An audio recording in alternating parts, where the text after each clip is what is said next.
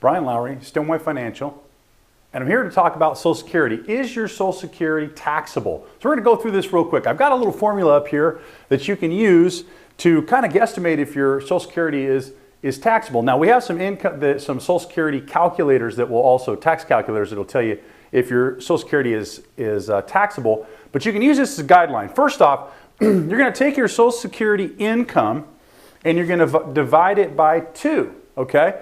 And then you're going to add your taxable income, and if it's less than or equal to $32,000 if you're married with a spouse, or $25,000 if you're single. Okay, so it's a little bit complicated. So a couple things you got to understand here. First off, once you do hit these thresholds, your Social Security becomes 50% taxable.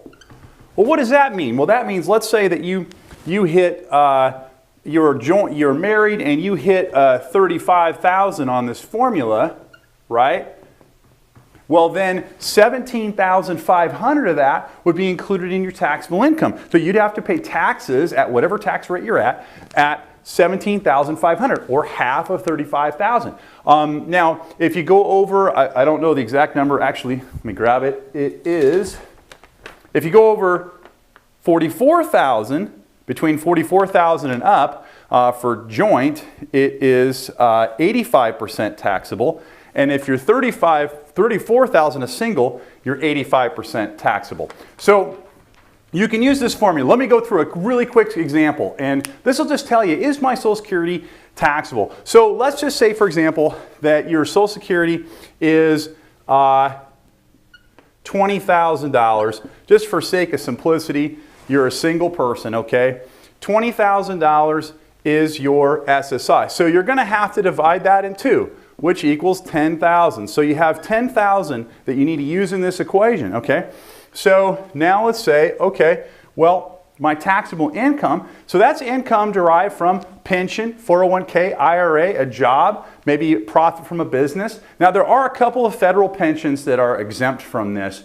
I'm not going to go into that. You need to talk to a tax advisor to find out exactly what your particular situation is. But it's something you need to think about, because some of this you have a little bit of control over. Because if you can control how much money you pull out of a 401k and how much money you pull out of an IRA, or maybe you sat down with one of us and you have some vehicles that provide income that does not get taxed. And we have some other videos we're going to show you that.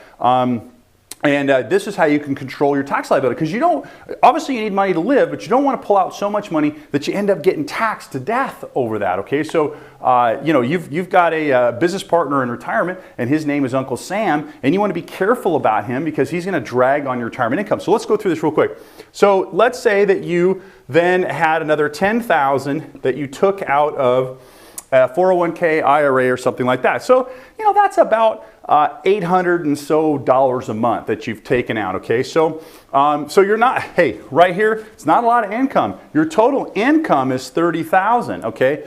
But for this formula here, you've got $20,000, and that is going to be less than $25,000.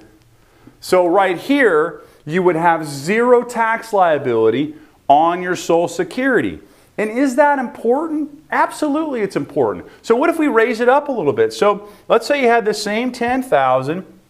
Okay, so $20,000 for Social Security is actually a pretty good sized number. I think the average is a year for Social Security is lower than that. So let's say that you went to $20,000 that you pulled out of your retirement plans, or maybe you have a pension payment plus you pulled out some IRA stuff. I'll make an example of how this happens too, guys.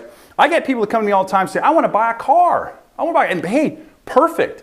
No problem, buy a car. You know what, I tell you what, finance the car and use your IRA to make the payment, because then you're not pulling it all out. Because you might go, well, Brian, I don't want to pay interest. Hey, I can tell you right now that a lot of times the interest is less than Uncle Sam's taxes. You'd be better off paying the interest. I know you've always said, well, I want to be debt-free. I understand that, but if you have to have, Brian, I've got to have a new car, I can't survive without it, well then you know, you can't take the money out of your IRA. Well, you can, but it may penalize you to do that. So let me show you how that works. Okay, so here in this situation, you've now reached the threshold because now you have 30,000, and that's more than 25,000, right? It's greater than 25,000. Here's where they get you. Now, your entire 20,000, right, is 50%.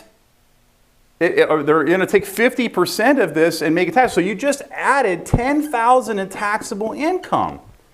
So just by going over this threshold, if you were getting taxed total at 30%, or let's say 25%, we'll make it an even number, 25%, right? Well, you just added $2,500 in taxes. So you were saying you wanted that car. Well, look, there's $250 or $200 a month that's now going to Uncle Sam. That's probably half a car payment right there just in taxes.